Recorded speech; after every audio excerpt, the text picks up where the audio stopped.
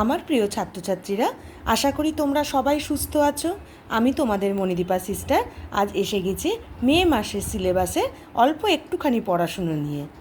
মে মাসের সিলেবাসে আমাদের ছোট নদী ছড়াটি পড়া ছিল, সেটা আমাদের ক্লাসে পড়া হয়ে গেছিল। তার ওপর থেকে আমরা অল্প একটুখানি প্রশ্ন না, অর্থ বিপরীত এগুলো আজকে করব। তাহলে এসো দেরি না করে পড়া শুরু করে দিই। দেখো, আমাদের ছোট নদী কবিতাটি কবির নামসহ প্রথম 4 লাইন মুখস্থ লেখো। আমাদের ছোট নদী তোমরা নিশ্চয়ই এতদিনে মুখস্থ করে ফেলেছো, তার থেকে 4 লাইন মুখস্থ লিখবে খাতায়। আর কবির নাম তোমরা সবাই জানো, আমাদের সহজপাঠ বই রবীন্দ্রনাথ ঠাকুরের লেখা। দেখো আমি তলায় রবীন্দ্রনাথ ঠাকুর লিখেছি, তোমরা ওপরেও লিখতে পারো।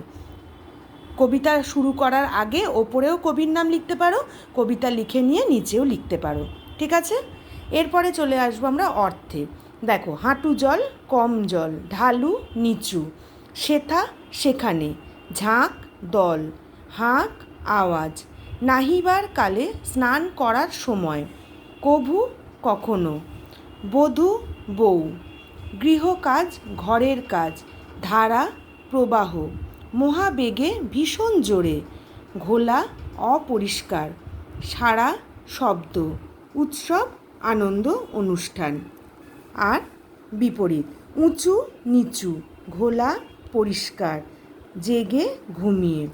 ঠিক আছে, আজকে কিন্তু অল্প একটুখানি পড়াশুনো করলাম, তোমরা তাহলে দেখে নাও, দেখে নিয়ে নিজেদের খাতায় লিখে নাও।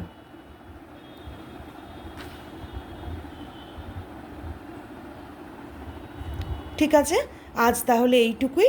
সবাই সুস্থ থেকো।